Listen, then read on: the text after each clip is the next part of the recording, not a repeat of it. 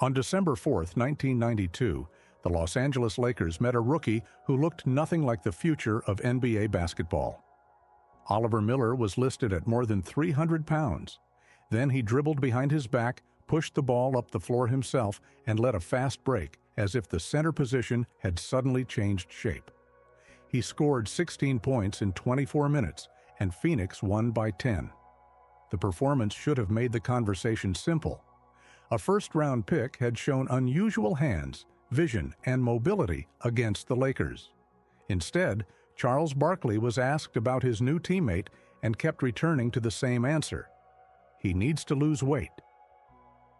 Reporters tried to steer Barkley toward everything Miller had just done well.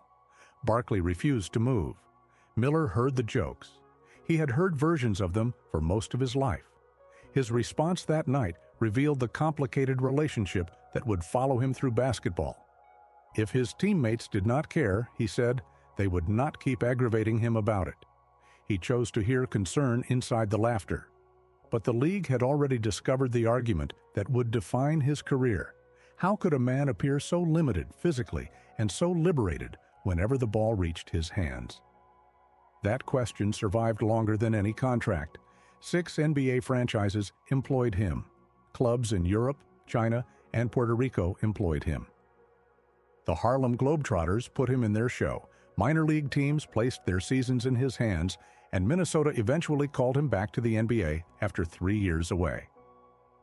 Each stop saw enough to imagine what the complete version of Oliver Miller might look like. The mystery is not why basketball gave him one opportunity. His college career had earned that. The mystery is why the sport kept returning after so many separations, and why every return seemed to contain both proof and frustration. How much ability must a player possess for professional basketball to keep reconsidering its verdict? Miller's life eventually traveled far beyond that rookie night. He reached the NBA Finals, became one of the first important players in Toronto Raptors history, fell into leagues most fans never saw, fought his way back to a championship contender, and later served a jail sentence after pleading guilty in an assault case. In March of 2025, he died in Phoenix at 54 after a cancer diagnosis had been made public. The career began and ended in the same city, but almost nothing between those points followed a straight line. Oliver J. Miller was born on April 6, 1970, in Fort Worth, Texas. At Southwest High School, his size attracted attention before most people understood the skill inside it. He grew to roughly 6 feet 9, with shoulders that could create space and arms that changed the geometry around the rim. Yet the part coaches remembered was not simply how much room he occupied. It was what he could see. Big men were usually taught to finish possessions. Miller could organize them. He caught difficult passes without fighting the ball, recognized cutters before defenders did, and could deliver from the high post with either hand. He was not a guard trapped in a center's body. He was something more useful and less conventional, a center who understood where every guard wanted to go. That made Arkansas an unusually revealing destination. Nolan Richardson wanted pressure, speed, and constant activity. His teams were designed to turn a game into 40 minutes of discomfort. A slow, stationary center would have broken the system. Miller gave Richardson size without forcing him to surrender imagination. Alongside Todd Day and Lee Mayberry, Miller became part of a Razorbacks group remembered as a new generation of the triplets. The names mattered, but so did the way their games connected. Day could score, Mayberry could direct traffic, and Miller supplied an interior player capable of ending a possession with a block or extending it with a pass. Arkansas did not have to choose between power and pace.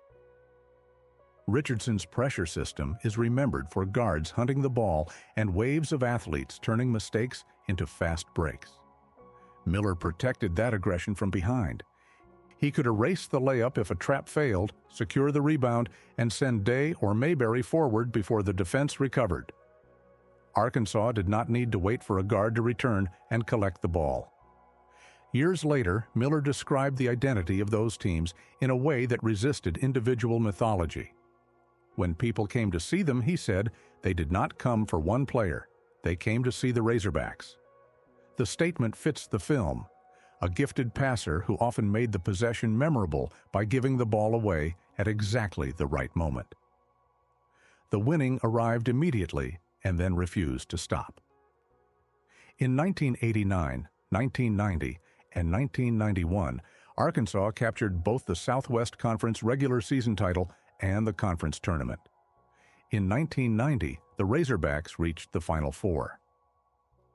Across Miller's 4 seasons, they went 115-24. Those numbers established the team's success. Miller's individual record explains why he was more than a passenger. He finished his Arkansas career with 1,674 points, 886 rebounds, and 345 blocked shots. His career field goal percentage was 63.6. Decades later, the school still listed him as its career leader in both blocks and field goal percentage. One season captures his unusual game better than any description. As a junior in 1990-1991, Miller became the first player in Arkansas history to record more than 100 blocks and more than 100 assists in the same year. He set a Southwest Conference record with 112 blocks and led the nation by shooting 70.4% from the floor. 100 blocks tell you he controlled the paint. 100 assists tell you opponents could not treat him as the final stop of the offense. Double him, and he could find the open man. Play behind him, and his touch became the problem. Attack at the other end, and his reach was waiting. That combination, rather than the nickname or the number on a scale, was the reason basketball evaluators remained fascinated by him. The conference's coaches named Miller the 1991 Southwest Conference Player of the Year. He also earned the tournament's Most Valuable Player award. Then Arkansas moved into the Southeastern Conference for his senior season and won the regular season championship in its first year there. The transition included new opponents and a new collection of elite big men, yet Miller and the Razorbacks did not require an adjustment season. The SEC title was secured through a game that gave Miller the most intimidating possible opponent. On March 4, 1992, Shaquille O'Neal and LSU led Arkansas 51-36 at halftime inside a packed Barnhill Arena. The Razorbacks came back, but the final possession of regulation still belonged to O'Neal, with the score tied. Miller met him at the rim and blocked the shot at the buzzer. Arkansas then overwhelmed LSU in overtime, winning 106-92. Mayberry scored 35, and Day added 27. Miller finished with 10 points and 10 rebounds, plus the defensive play that kept the championship opportunity alive. Against the most physically dominant college center of the era, his timing mattered more than a speech about potential ever could. By the time he left Fayetteville, the resume contained a Final Four, repeated championships, historic efficiency, rim protection, and evidence of passing that few college centers could match. It also contained the concern that would follow him into every professional evaluation. Teams loved the player they saw on film and wondered how reliably his conditioning would allow that player to appear. Phoenix selected him 22nd in the first round of the 1992 draft. Calling that position a collapse would be an exaggeration. It was still a guaranteed place among the league's most valued prospects. But the gap between Miller's college accomplishments and his draft position showed that teams were already balancing attraction against risk. The Suns were an extraordinary place to begin. Charles Barkley had arrived in Phoenix to join Kevin Johnson, Dan Majerle, and a team ready to contend immediately. Miller was not asked to rescue a weak franchise or learn through unlimited mistakes. He entered a veteran locker room with championship expectations and had to prove that his game could survive at NBA speed. That December night against the Lakers offered an early answer. A center of his size was not supposed to lead the break, but Miller did. The behind-the-back dribble was memorable because it made the contradiction visible in one move. The scale suggested restriction. The possession showed freedom. As a rookie, he averaged 5.6 points, 4.9 rebounds, 2.1 assists, and 1.8 blocks in just over 19 minutes. He led Phoenix in blocks despite starting only once. His role was limited, but it was real, and it came on the team with the best record in the league. The regular season did not contain his most important rookie work. Phoenix entered the playoffs against the 8th-seeded Lakers and immediately lost the first 2 games at home. At the time, a best-of-5 opening round left no room for a patient recovery. One more loss would send the league's best regular season team home in humiliation. Miller had played 14 combined minutes in those first 2 defeats without scoring. Over the final 3 games, his role changed, and so did the series. He averaged 14.7 points, 10 rebounds, 3.7 blocks, and 2.7 assists while shooting better than 69%. Phoenix won all 3. In the deciding 5th game, the rookie produced a double-double and blocked 7 shots. Only a tiny group of players in NBA history has combined a double-double with at least 7 blocks in a winner-take-all playoff game. Miller did it before completing his first professional season under the pressure of a team trying to avoid one of the great postseason collapses. The next round supplied another defining possession. Phoenix led San Antonio by 2 in the closing seconds of Game 6. David Robinson received the ball with a chance to tie. Miller blocked the shot, ending the game and the series. Barkley had made the jumper that created the lead. The rookie center protected it. Miller finished the 24-game playoff run averaging 7.2 points, 5.2 rebounds, 2.1 assists, and 2.5 blocks in just over 21 minutes. He and Hakeem Olajuwon tied for the most total blocked shots in that postseason with 59. The rookie was not merely standing near a finals team, he had helped it survive the West. Phoenix survived the Western Conference and met Michael Jordan's Chicago Bulls in the 1993 finals. Miller was not one of the series' central characters, and there is no reason to inflate his place. The significance is simpler. At 22, he learned what championship basketball required from inside the room. He watched Barkley carry the burden of an MVP, saw how narrow the difference between a title and defeat could become, and left his first season with postseason experience many excellent players never receive. Chicago won in 6 games with Jordan averaging 41 points. For Miller, the series completed an astonishing first year, drafted 22nd, used as a reserve, then trusted in elimination games against the Lakers and at the rim against Robinson. The finals were the famous destination, but the blocks that kept Phoenix alive explained why the organization expected more in year 2. The more important development came in year 2. Miller started 30 games and raised his averages to 9.2 points, 6.9 rebounds, 3.5 assists, and 2.3 blocks. He shot better than 60% from the field. For a player supposedly trapped by his body, those numbers showed a remarkably broad effect on the game. 3.5 assists from a center in the early 1990s were not decorative. Phoenix could place him at the elbow, cut around him, and trust him to make the next read. On defense, he blocked 156 shots. He could be productive without demanding post touches, which made him valuable beside stars who already controlled the offense. On March 23, 1994, those skills produced a game that belonged more naturally to a point guard. Against Minnesota, Miller recorded 14 points, 15 rebounds, and 11 assists. It was the only triple-double of his NBA career and one of the clearest demonstrations that his passing reputation was not based on a few clever highlights. 11 assists from a center were rare enough.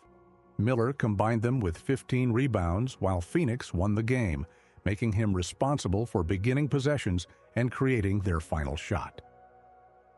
He did not need to score heavily to control the shape of the offense. The ball could enter his hands in the paint and leave toward whichever defender had made the wrong choice. The same season also exposed the trade-offs. Miller shot 60.9% but made fewer than 60% of his free throws. His ambition as a passer sometimes created turnovers, and fatigue could turn a quick read into a late one. The player who produced a triple-double still had to prove that the complete package could be repeated across an entire schedule. That tension, now supported by 2 full NBA seasons, became the center of every future evaluation. Miller had already blocked Robinson to win a playoff series, tied Olajuwon for the postseason lead in total blocks, and delivered a 14-15-11 night. Teams were not projecting skills they hoped might appear. They were deciding how often the proven skills would be available. This is where the real tension becomes visible. Miller was not a prospect who failed to translate his college skill. The skill translated almost immediately. He was efficient, creative, and disruptive. The question was whether he could sustain the conditioning, minutes, and daily standards required to turn flashes of distinction into an enduring role. Discussion of his weight often became entertainment for other people. Miller later recalled a particularly painful Phoenix visit after he had left the team. The Suns' gorilla appeared in an oversized version of Miller's old jersey, turning his body into an arena joke while his children were present. Miller could accept that professional sports was a business. What stayed with him was his children. "They were more hurt than I was," he said years later.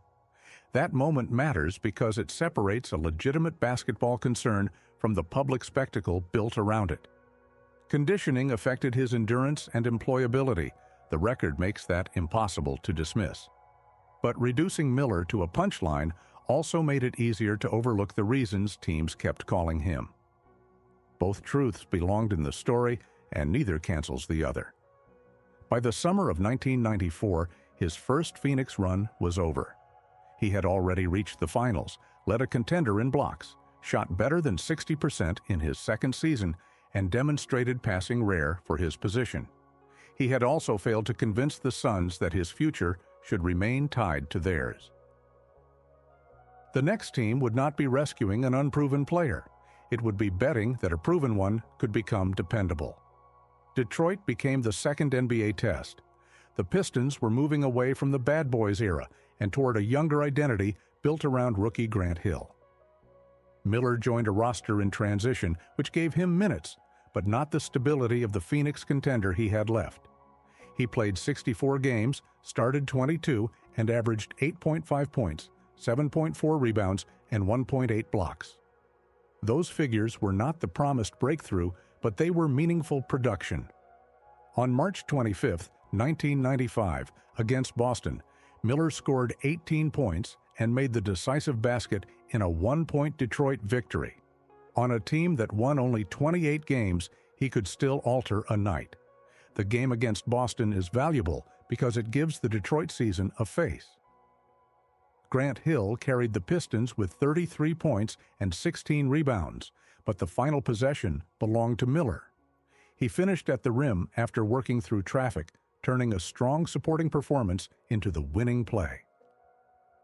A career remembered for instability still contained nights when the newest team could place the outcome in his hands. Detroit also demonstrated that productivity did not guarantee continuity.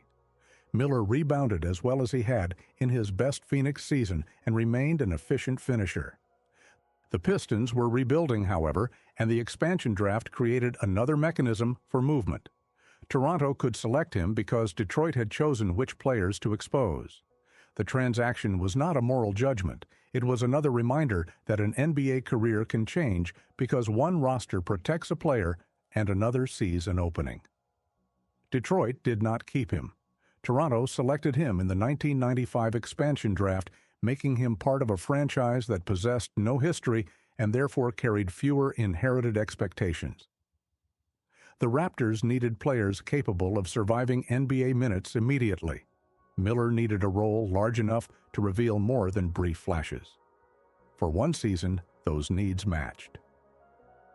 Toronto played home games beneath the vast roof of Skydome, used a bright cartoon dinosaur on its uniforms, and entered the league alongside Vancouver. Expansion teams are usually collections of compromises, young prospects, available veterans, and players other clubs have decided they can lose. Miller arrived as the final selection of the expansion draft, but he soon became one of the new team's central figures. He started 72 of 76 games and averaged more than 33 minutes, the heaviest workload of his NBA career. The fuller statistical line matters: 12.9 points, 7.4 rebounds, 2.9 assists, 1.9 blocks, and 1.4 steals. He shot 52.6%. Toronto was not hiding him for short stretches. It trusted him to anchor the middle. Miller led the inaugural Raptors in rebounding and gave rookie point guard Damon Stoudemire a front-court partner who could return the ball quickly. Expansion basketball often becomes disorganized because the roster has no shared history. A center who could recognize an action after one cut helped create order. He could screen, catch in the middle, and move the defense without holding the ball long enough for the possession to freeze. The larger role also exposed the parts of his game that remained unfinished. More minutes brought more turnovers, and opponents could force him to defend repeated actions in space. Toronto lost far more often than it won. Yet expansion context should not be used to dismiss the season. A weak team still asks players to produce against the same NBA opponents, and Miller's efficiency did not collapse when the responsibility increased. For the first time, the professional numbers resembled the Arkansas promise. He was not only blocking shots or delivering a clever pass from the bench. He was starting, carrying 33 minutes, and appearing in 76 games. If there was a season on which to build a longer prime, this was it. The season also produced moments that deserved to survive beyond an average.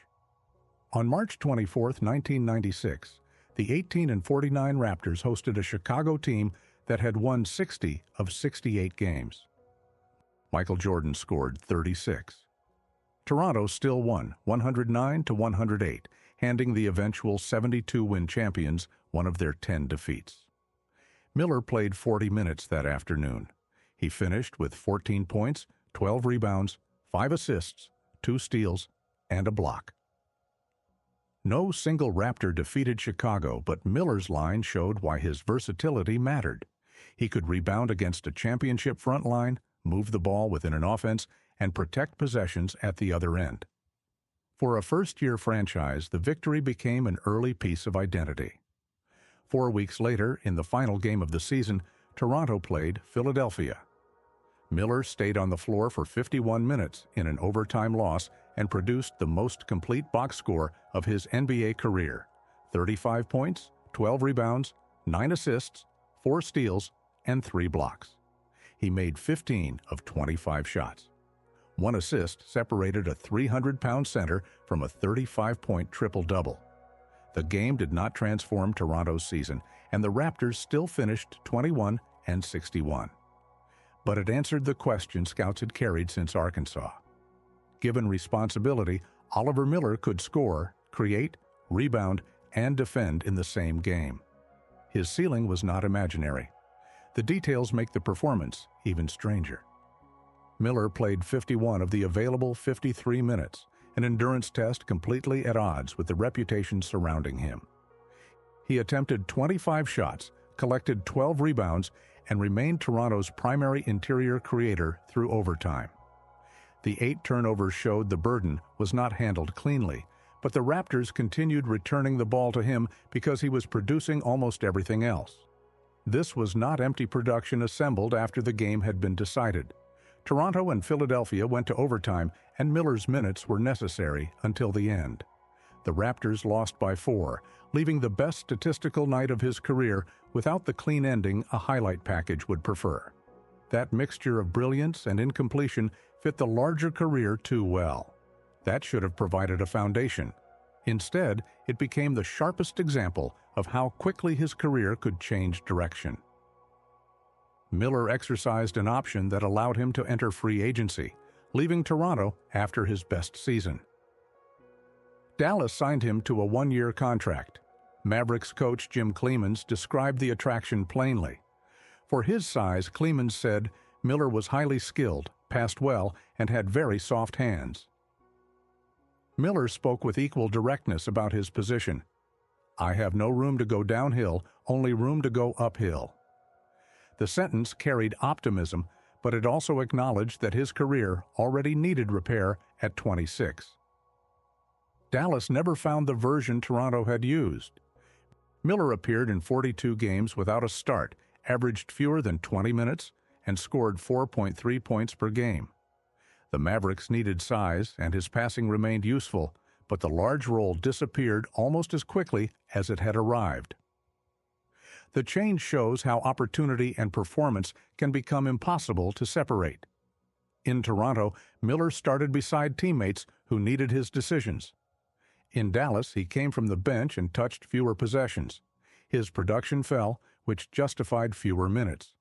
Fewer minutes also made it harder to rediscover the rhythm that had produced his career season. The contract designed to send him uphill instead became another short stay. Before the season ended, Toronto brought him back. That return says something important about the relationships behind the transactions. The Raptors had seen his best season at close range. They knew the concerns and still believed he could help. Yet the second stay could not recreate the first. In 1997-98, Miller started 53 games and again averaged more than 3 assists, an unusually high number for a center. But his scoring fell to 6.3, his shooting percentage dropped, and Toronto collapsed to 16 wins. The roster included young players such as Marcus Camby and an 18-year-old Tracy McGrady, but the franchise was moving toward a different future. By the summer of 1998, Miller was 28 and outside the NBA. That is young enough to expect prime seasons, particularly for a center whose game depended more on touch and anticipation than vertical explosion. Instead, he joined Iraklio in Greece. The path from NBA starter to international basketball had taken only months. Playing overseas was not a disappearance. It demanded adaptation to different rules, travel, teammates, and expectations. It also showed that professional teams still valued the same package. Miller did not need to outrun every center. He needed to see the possession first, use his body without wasting movement, and deliver the ball before the defense understood what had opened. The move also stripped away the protection of an NBA resume. International clubs could advertise a former first-round pick, but they still expected current production. Practices, unfamiliar coaching language, and a different style of officiating offered no guarantee that his passing instincts would translate. Continuing overseas required both humility and confidence. Humility to accept a smaller stage, confidence that the game would still recognize him there. In February of 1999, Sacramento returned him to the NBA. The Kings were beginning the transformation that would soon make them one of basketball's most entertaining teams, with passing big men central to the design. Miller's skill set seemed compatible. His stay lasted 4 games. 4 games are barely enough to learn a rotation. They were also enough to show the reduced margin for error. Early in his career, teams had time to imagine development. Now every contract felt like an examination already in progress. A short-term need could bring him back, but he had to prove himself before the opportunity vanished. Phoenix offered the next return. 7 years after drafting him and 5 years after letting him leave, the Suns signed Miller for the 1999-2000 season. He played 51 games. The reunion was modest rather than triumphant, but it carried its own verdict. The organization most familiar with his strengths and weaknesses still saw a usable NBA center. When that season ended, the league stopped calling again. Miller's next uniform belonged to the Harlem Globetrotters, a team that demanded a different combination of basketball and performance. For a passer with personality and uncommon ball skills, the match was understandable. He could create the unexpected possession that made an audience react before it understood what it had seen. Miller had 2 stints with the Globetrotters, separated by time with Snitch Pruskow in Poland. The itinerary no longer resembled the career plan of a former first-round pick. It did, however, reveal his refusal to reduce basketball to the NBA alone. If there was a professional game available, he was willing to continue. The second Globetrotters run ended publicly in December of 2001. The organization said Miller had shown no appreciation for what it takes mentally and physically to be a Harlem Globetrotter. The wording was theirs, but its emphasis was familiar. Once again, ability had earned entry, and questions about preparation had contributed to the exit. At that point, the easiest ending was available. Miller had played in the finals, completed 8 NBA seasons, and traveled internationally. Instead of retiring, he moved deeper into the basketball economy. He signed with Roseto in Italy, but did not appear for the club. Then came the Gary Steelheads of the Continental Basketball Association, the Southern California Surf of the ABA, and the Dodge City Legend of the USBL. The first concrete sign that the NBA might reconsider him came in the autumn of 2002. Indiana invited Miller to training camp, where he competed for what appeared to be the final roster position. In the preseason opener against New Orleans, he played 13 minutes and recorded 4 points, 3 rebounds, and 2 assists in a 95-74 victory. Isaiah Thomas, then coaching the Pacers, described Miller as a great passer who occupied space in the interior defense. That assessment sounded almost identical to what coaches had said a decade earlier. Miller had traveled through exhibition basketball and several minor leagues, yet an NBA staff still recognized the same 2 qualities within 13 minutes. Indiana waived him before the regular season. The audition therefore supplied proof without the contract he wanted. It also created a cleaner, dramatic line than the list of teams suggests. Miller had reached an NBA camp, played well enough to earn public praise, and still been sent back to the CBA. He returned to Gary and was traded to Dakota in February of 2003.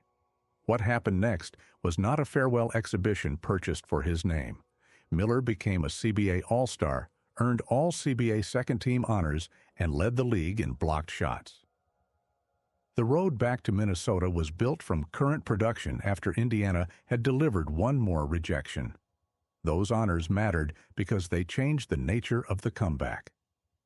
Miller was no longer asking an NBA team to remember the passer from Arkansas or the reserve who helped Phoenix reach the finals.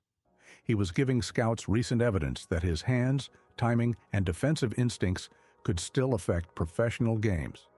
His route remained international even during the comeback. He spent time playing in Puerto Rico and China before returning to Dakota. The travel makes the eventual NBA call more remarkable, but it also corrects the idea of a single, orderly climb. Miller was moving wherever professional work existed, assembling a case across different leagues rather than following a guaranteed development path. The next season made the evidence impossible to ignore. Through 11 games with Dakota, Miller averaged 16.2 points and 8.7 rebounds. He totaled 39 assists, 15 steals, and 21 blocks.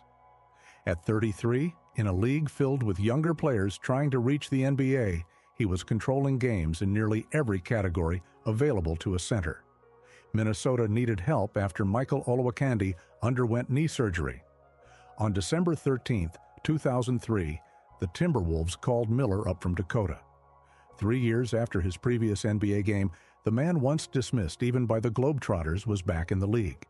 This was not a ceremonial contract. Minnesota had Kevin Garnett in his MVP season, Sam Cassell, Latrell Sprewell, and championship ambitions.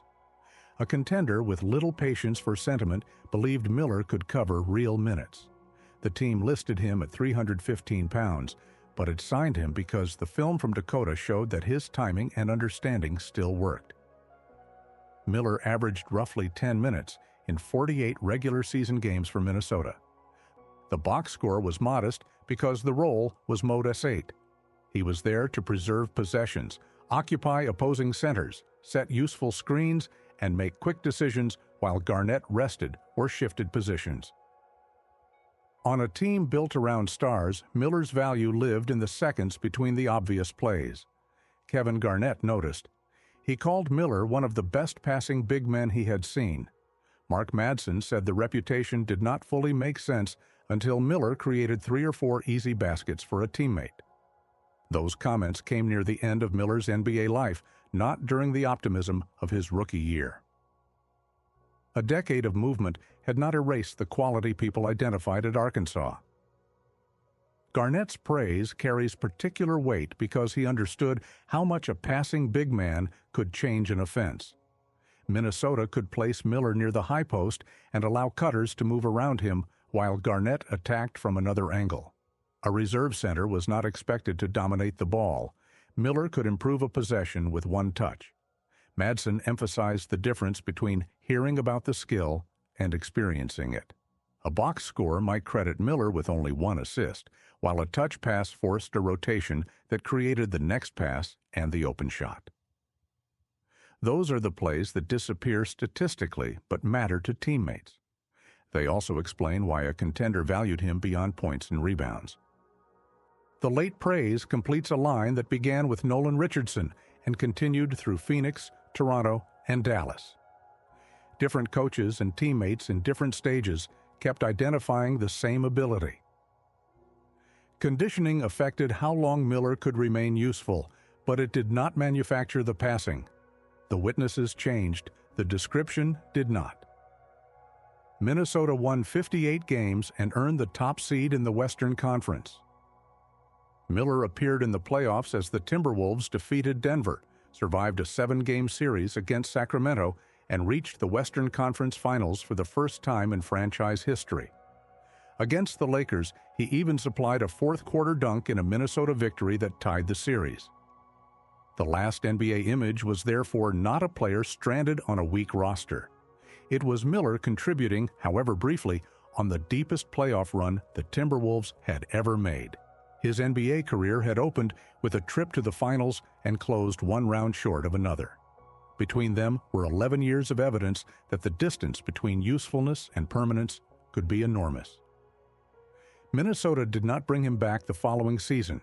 At 34, after 493 NBA games, his time in the league was over.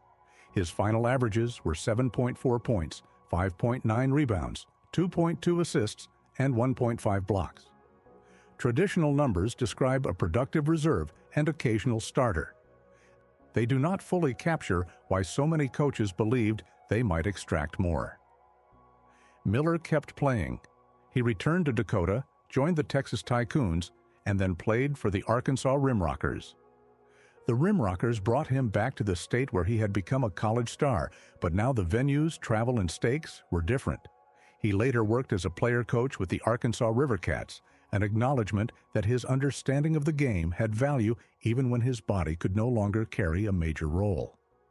In 2010, after several years away from high-level competition, Miller signed with the Lawton Fort Sill Cavalry of the Premier Basketball League.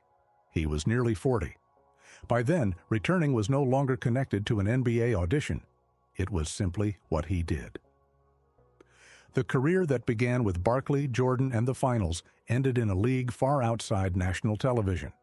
There is temptation to describe that descent as humiliation, but the smaller leagues also reveal endurance. Professional basketball kept asking Miller to accept less glamour, less money, and less certainty. He kept accepting because the work still offered something he wanted. Very few first-round picks continue until every layer of the sport has been exhausted. Retirement should have allowed the story to settle. Instead, a serious legal case changed the direction of his life. In April of 2011, an argument followed a cookout in Maryland. Prosecutors said Miller struck his girlfriend's brother in the head with a handgun, leaving injuries that required staples. Miller later pleaded guilty to first-degree assault and carrying a handgun. In February of 2012, a judge imposed a 5-year sentence on the assault charge, but suspended all except 1 year. Miller also received probation. The distinction between allegation and conviction ended with his plea. This was a violent act for which he faced real punishment. At sentencing, Miller apologized for what he had done and described himself as a man trying to protect people he loved. The explanation does not remove responsibility. It records the words he chose when the basketball world could no longer provide another contract, another city, or another chance to redirect the conversation. This episode belongs in his biography, but it does not need to swallow everything before it. Oliver Miller was the celebrated player and the man convicted of assault. A complete account has room for achievement, disappointment, harm, accountability, and the life that continued after jail. After the sentence, Miller relocated to Mesa, Arizona. A newspaper profile found him working as a car salesman for former player Alvin Heggs. The change was dramatic only from the outside. Most retired athletes eventually confront ordinary schedules and ordinary responsibilities. For Miller, the car lot represented a life no longer organized around the next roster decision. Basketball remained nearby without controlling every day. Later reports described him attending camps, teaching younger players, and spending time with his grandchildren. The knowledge that made Garnett and Madsen praise his passing could now be given away without a coach measuring how long he could stay on the floor. Recognition also returned from Arkansas. In 2016, Miller entered the University of Arkansas Sports Hall of Honor. A year later, he was named an SEC basketball legend. In 2024, the Southwest Conference Hall of Fame selected him for induction. The numbers attached to those honors were the same ones that had survived all the later noise. A record 63.6% from the field, 345 blocks, 886 rebounds, 1,674 points, 3 consecutive Southwest Conference championships, and a Final Four. Arkansas also remembered the player who produced more than 100 assists and 100 blocks in a single season. That is an important correction to the easiest version of his story. Weight affected Miller's career, but weight was not his career. The same body criticized in headlines contained the reach that discouraged shots, the strength that sealed defenders, and the hands that turned a double team into an open layup. The problem was never an absence of basketball ability. It was the difficulty of making that ability available every night, every season, under professional demands. On March 12, 2025, Oliver Miller died in Phoenix at the age of 54. A cause of death was not publicly disclosed at the time of the NBA's announcement, though Arkansas had previously revealed that he was dealing with cancer. The Raptors held a moment of silence and remembered him as a member of their inaugural team. Arkansas called him a true embodiment of the Razorback spirit. The response after his death did not pretend that the difficult chapters had never happened. It did show what remained most vivid to the people who watched him play: the touch passes, the blocked shots, the soft hands, and the surprise of seeing a huge center understand the floor one beat ahead of everyone else. Calling Oliver Miller a bust ignores 9 NBA seasons, 2 deep playoff runs, a historic career at Arkansas, and the best individual year of Toronto's inaugural roster. Calling him a star ignores how quickly that peak passed and how often teams decided they could not continue. His career lived in the uncomfortable distance between those labels. The repeated opportunities did not make every criticism unfair. Conditioning and consistency limited him, and professional teams had reason to demand more. But the opportunities were not charity. Miller kept solving basketball problems that more conventional centers could not, from blocking O'Neal and Robinson to creating 11 assists in an NBA game. That leaves the question his career never answered. What happens if the version who carried 33 minutes in Toronto remains available for 6 more seasons? There is no honest statistic for that future. There is only the evidence that made teams imagine it: the 100 blocks and 100 assists, the 7-block elimination game, the 35-12-9 line, and the return from Dakota at 33. For nearly 2 decades, basketball kept reconsidering Oliver Miller. Sometimes he justified the faith. Sometimes the same problems returned. He climbed from the finals to a career year, fell from the NBA to small gyms, and earned his way back onto a contender. The journey never delivered the complete player so many people expected. It did prove why they kept expecting him.